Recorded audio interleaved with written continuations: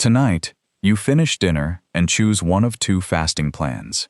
In the first, you eat again tomorrow after a 16-hour pause. In the second, tomorrow becomes an entire fasting day, and your next full meal may not arrive until the following morning. Both plans are called intermittent fasting, but inside your liver, fat cells, muscles, and brain, they create two very different metabolic rhythms. Alternate day fasting produces a deeper swing between feeding and fasting. The 16-8 approach creates a shorter shift that repeats every day. It seems obvious that the longer fast should burn more belly fat and produce better blood sugar. But that conclusion misses the factor that often decides which plan succeeds, and it is not the fasting timer. Most people imagine fasting as a contest to reach the lowest insulin level or the highest ketone reading. If 16 hours is useful, they assume 36 must be twice as powerful. Human metabolism does not work like a rewards program where every additional fasting hour earns another equal benefit. A longer fast can push your body further toward stored fuel, but it may also create more hunger, lower training performance, reduce opportunities to eat protein, and encourage compensation during the next eating day. A shorter daily fast may produce a smaller metabolic shift each time, yet be easier to repeat for months. The final result depends on what happens across the entire week. Before comparing the two, the definitions need to be clear. In 16-8 time-restricted eating, you consume all of your daily calories within an 8-hour window, and fast during the remaining 16 hours. Someone might eat between 8 in the morning and 4 in the afternoon, or between noon and 8 at night. Alternate day fasting usually means alternating a fasting day with a normal eating day. In a strict version, the fasting day contains no calories. Because the fast may begin after dinner and continue until breakfast 2 mornings later, the actual fasting interval can approach 36 hours. Modified alternate day fasting allows a small meal on the low-intake day, often around 1/4 of normal daily energy needs. Those versions are not biologically identical. A small meal interrupts a 0-calorie fast, raises nutrient signaling, and may reduce ketone production. However, modified fasting can be more sustainable, which may matter far more over several months than achieving the deepest possible fasting state for a few isolated days.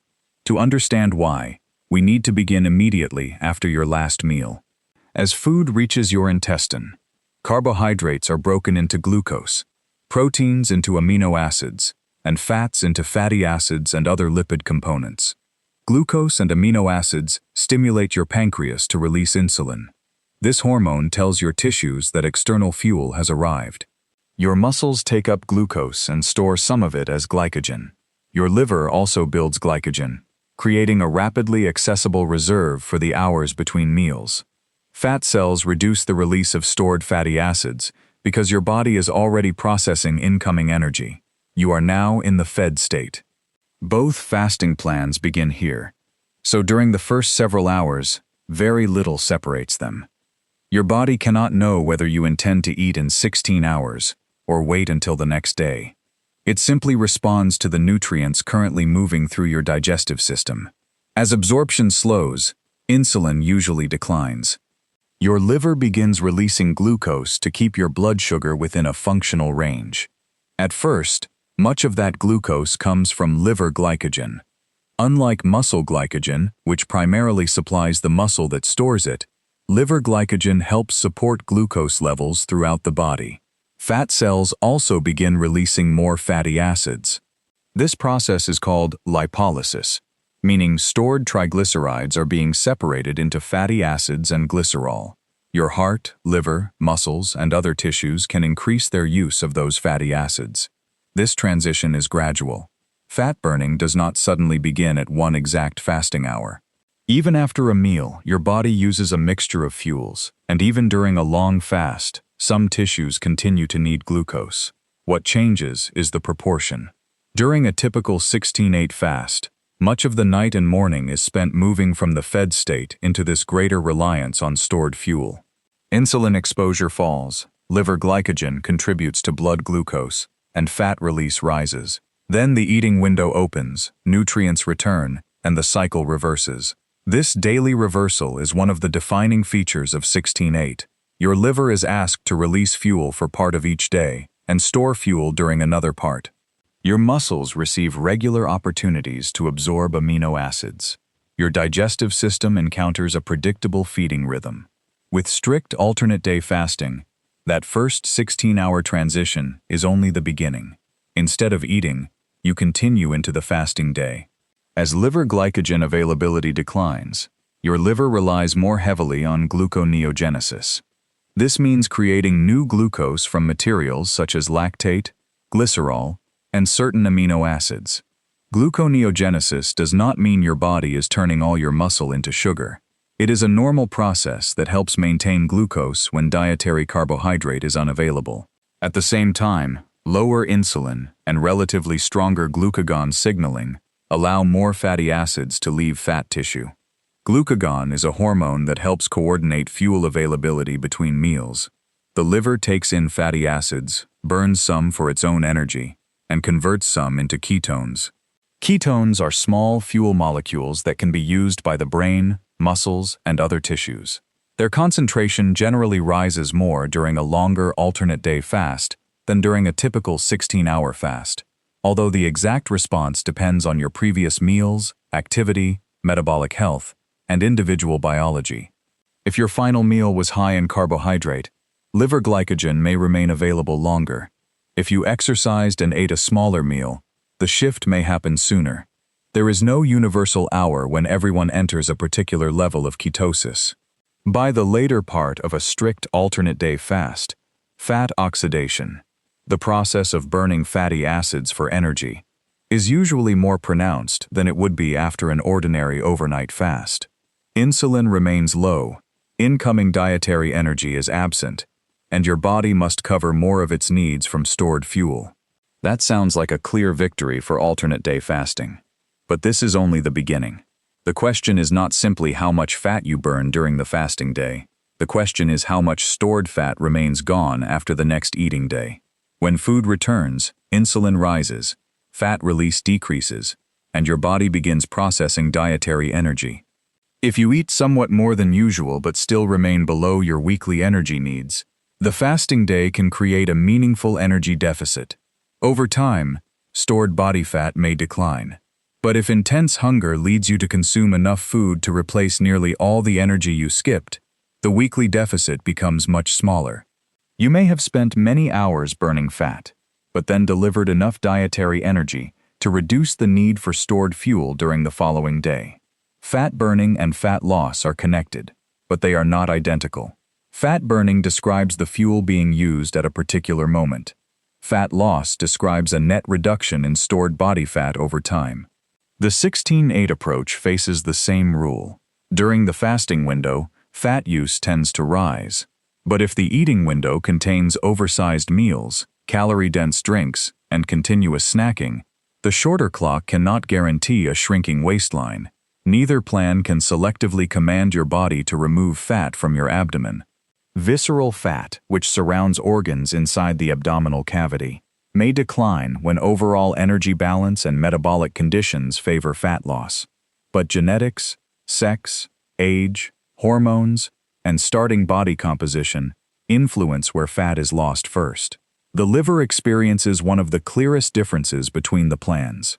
Under 16-8, it moves through a relatively modest storage and release cycle every day. Under alternate day fasting, it experiences a larger oscillation, a feeding day with incoming nutrients followed by a longer period of glycogen use, glucose production, fatty acid processing, and ketone formation. That larger oscillation can reduce average energy intake and may improve some metabolic markers when it produces sustained weight and fat loss. But a deeper swing is not automatically healthier for every liver. The quality and quantity of food on eating days still matter, especially if those days are dominated by alcohol, refined carbohydrates, or excessive calories. Reductions in liver fat generally require repeated changes in energy balance and metabolism. A single long fast can alter liver fuel handling, but it does not erase accumulated liver fat overnight. Your pancreas also experiences different rhythms. With 16-8, insulin rises during the daily eating window and falls during the 16-hour pause. If the window eliminates late-night snacks and reduces the number of times you eat, your pancreas may spend fewer hours responding to food. This can lower average insulin exposure without requiring an entire day without calories. Meal timing matters. Eating earlier tends to align better with circadian rhythms, the internal biological clocks that influence insulin sensitivity and glucose control. Many people handle the same meal more effectively earlier in the day than late at night. A noon to 8 window may still reduce snacking, but an earlier window may offer a metabolic advantage if it fits your life. During alternate day fasting, insulin can remain low for a much longer continuous period. On the next eating day, however, the size and composition of meals determine what happens. A moderate meal rich in protein, fiber, and minimally processed foods creates a different glucose response from a huge feast built around refined carbohydrates. This means one impressive fasting glucose reading does not tell you which plan is improving long-term glucose control. A glucose monitor may show a flat line on the fasting day, simply because no carbohydrate is arriving. The more meaningful pattern includes eating day glucose, overnight glucose, medication use, and changes that persist over weeks. Muscle creates another important difference, particularly after age 40. During weight loss, your body can lose both fat mass and lean tissue. Fasting does not automatically protect muscle. Resistance exercise, total protein intake, meal quality, the size of the energy deficit, sleep, and your starting condition all influence how much lean tissue you preserve. A daily 8-hour eating window usually provides several opportunities to consume protein. You might have 2 or 3 balanced meals, allowing amino acids to reach muscle more than once. This can be useful because muscle tissue responds to meaningful servings of protein and resistance training, not merely to the total number of fasting hours. Strict alternate day fasting removes those protein opportunities every other day. Your body does not instantly consume large amounts of muscle during one fasting day, but repeated long gaps can make it more difficult to meet weekly protein needs. If training performance falls or eating days fail to supply adequate nutrition, the risk of losing lean tissue becomes more relevant. This matters beyond appearance. Muscle is a major site for glucose disposal. After a meal, healthy muscle can absorb and store a substantial amount of glucose. Preserving muscle therefore supports strength, mobility, resting energy needs, and glucose regulation as you age. A fasting plan that reduces body weight while weakening your muscles is not producing the same quality of result as one that reduces fat while preserving strength. The brain and appetite system also respond differently. Hunger is not a simple fuel gauge. It is influenced by ghrelin and other appetite signals, but also by habits, food cues, stress, sleep, and expected meal times. Ghrelin often rises around the times you normally eat, then can fall again even if you do not consume food. That is why hunger sometimes arrives like a wave rather than increasing steadily forever. During the first days of 16-8, breakfast or evening hunger may feel unusually strong. As the schedule becomes familiar, some people find those waves become more predictable or less disruptive. Others continue to struggle, especially if the eating window conflicts with family meals, work, or sleep. Alternate day fasting creates a larger appetite challenge. Some people like the clarity of a complete fasting day and find it easier than making smaller daily restrictions. Others become distracted, irritable, cold, tired, or intensely preoccupied with food. Neither response proves greater willpower or better metabolism. It reveals which structure your nervous system and daily life can realistically tolerate. The gut also follows the feeding pattern. Both plans create periods without incoming food, but claims that fasting universally rests or resets the gut are too vague. Intestinal movement, digestive secretions, the gut barrier, and gut microbes continue functioning during a fast. What changes is the timing and quantity of nutrients reaching the digestive tract. A regular 16-8 pattern may create a predictable daily rhythm. Alternate day fasting creates a larger contrast between low intake and normal intake days. Whether one pattern produces a better gut response likely depends on food quality, fiber intake, symptoms, and the individual. The cardiovascular system notices several secondary effects. When fasting reduces energy intake and body weight, blood pressure and certain blood lipids may improve. Lower insulin can also increase sodium and water loss through the kidneys, especially early in a fasting routine. During a longer fast, that fluid shift can become more noticeable. Standing dizziness, weakness, headaches, or reduced exercise tolerance may reflect dehydration, low sodium, low blood pressure, medication effects, or inadequate adaptation. Drinking water helps, but persistent symptoms should not be treated as proof that the fast is working. Now comes the most surprising comparison.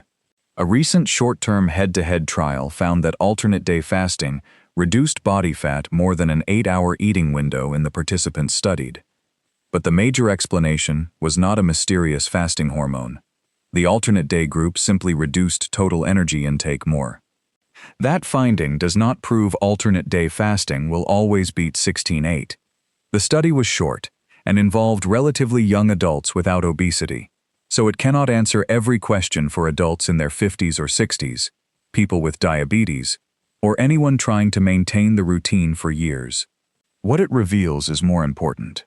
The deeper fast may win when it creates a larger sustainable energy gap. If it does not, its advantage can shrink or disappear. Across the broader evidence, intermittent fasting is often comparable to ordinary calorie restriction, when total energy intake and weight loss are similar. Some studies favor one method, others find little difference, and responses vary. The pattern itself matters, but it does not override energy balance, food quality, physical activity, sleep, or adherence. Visible results and internal results also operate on different schedules. During the first fasting cycle, changes in scale weight are heavily influenced by glycogen, water, sodium, and digestive contents. Glycogen is stored with water, so using some glycogen can make weight fall quickly without representing an equal loss of body fat. After the next eating day, glycogen and water may return, causing the scale to rise. This does not mean the fasting day failed. It means body weight is a moving mixture of fat, lean tissue, water, glycogen, and material in the digestive system. Real changes in fat mass require repeated cycles over weeks. Waist measurements may gradually change, but they can fluctuate with bloating and measurement technique. Blood pressure, fasting glucose, triglycerides, and cholesterol may also change, especially when the pattern produces weight loss and improves food choices. But no single fasting schedule guarantees the same response in everyone. Sleep can shift the result in either direction. Too little sleep tends to increase hunger, reduce impulse control, and worsen glucose regulation. A person forcing alternate-day fasting after a short night may experience a much harder fasting day and stronger compensation afterward. Stress matters as well. Cortisol and adrenaline can tell the liver to release glucose even when you have eaten nothing. Seeing glucose rise during a stressful fast does not necessarily mean food secretly entered your body. Exercise adds another variable. Easy walking during either fasting plan may be comfortable and can support cardiovascular health and glucose regulation. Hard endurance sessions or intense resistance training can feel more difficult late in an alternate-day fast because readily available fuel is lower. Some people can train safely while fasted, but exercise quality should not be sacrificed merely to extend the timer. Placing demanding workouts near a meal may support performance and recovery. On an alternate-day plan, eating days are often more practical for the hardest sessions. The first common mistake is choosing the most extreme plan because it appears faster. If alternate-day fasting repeatedly produces binge eating, poor sleep, missed workouts, or abandoned social plans, its theoretical intensity becomes irrelevant. The second is treating an eating day as an unlimited reward. Alternate-day fasting usually allows normal eating, not a deliberate attempt to consume 2 days of ultra-processed food in one evening. The third is squeezing an entire day's calories into the final hour of a 16-8 window. An 8-hour window is a boundary, not a requirement to eat continuously until it closes. The fourth is ignoring protein and muscle. A lower scale weight does not reveal how much came from fat. Include adequate protein and resistance exercise regardless of which fasting pattern you choose. The fifth is switching plans based on daily scale fluctuations. Water shifts can hide fat loss or create the illusion of progress. Look at trends over several weeks, along with waist measurements, strength, energy, hunger, and relevant medical markers. For many adults, 16-8 is the more realistic starting point because it creates a consistent routine without removing an entire day of nutrition. If 16 hours feels difficult, beginning with 12 or 14 hours is reasonable. The window can be shortened gradually if energy, sleep, and eating behavior remain stable. Choose an eating window that you can repeat. Earlier is often metabolically favorable, but a slightly later window that fits work and family life may be more sustainable than an early schedule you constantly break. During the eating window, consume normal balanced meals rather than grazing for 8 hours. Include protein-rich foods, fiber-rich vegetables, fruit, whole food carbohydrates when appropriate, and sources of unsaturated fat. Leave enough time to eat adequately without turning the final meal into a feast. Alternate day fasting may suit someone who prefers clear fasting and eating days and can maintain normal behavior when food returns. A modified version can be easier than a 0-calorie day, although it creates a less complete fast. Either version demands more attention to hydration, protein intake, exercise recovery, and eating day quality. Do not combine alternate day fasting with aggressive daily calorie restriction. The goal is not to create the largest possible deficit. Excessive restriction can increase fatigue, nutrient inadequacy, muscle loss, and the likelihood of rebound eating. Fasting requires medical guidance if you use insulin or other medications that can cause low blood glucose. It can also alter the effects of blood pressure medications and may create risks with certain diabetes drugs. Never change medication timing or dosage on your own to fit a fasting schedule. Alternate day fasting is generally inappropriate during pregnancy or breastfeeding, for people with a current or previous eating disorder, and for underweight or frail individuals. People with kidney, liver, cardiovascular, or gallbladder conditions should discuss fasting with a qualified clinician before attempting longer fasting periods. If you develop shaking, sweating, confusion, faintness, severe weakness, persistent vomiting, chest discomfort, or other concerning symptoms, stop the fast and seek appropriate care. Protecting a fasting schedule is never more important than treating a possible medical problem. So which method changes your body more? Alternate day fasting usually creates a deeper individual fasting state. Liver glycogen availability falls further, fatty acid release becomes more pronounced, and ketone production often rises higher. It can produce greater fat loss when it creates a larger energy deficit that you can sustain. The 16-8 approach creates a smaller but more frequent rhythm. It gives your body daily periods of lower insulin and greater stored fuel use, while preserving regular opportunities for protein, exercise recovery, and social meals. Its greatest strength is often repeatability. Neither method wins simply because of the clock. The better plan is the one that helps you consume appropriate energy, maintain muscle, control hunger, sleep well, stay active, and continue long enough for the internal changes to become visible. Alternate day fasting is the deeper wave. The 16-8 method is the steadier tide. Your body can respond to either, but the pattern you can safely repeat is the one most likely to change what happens inside you.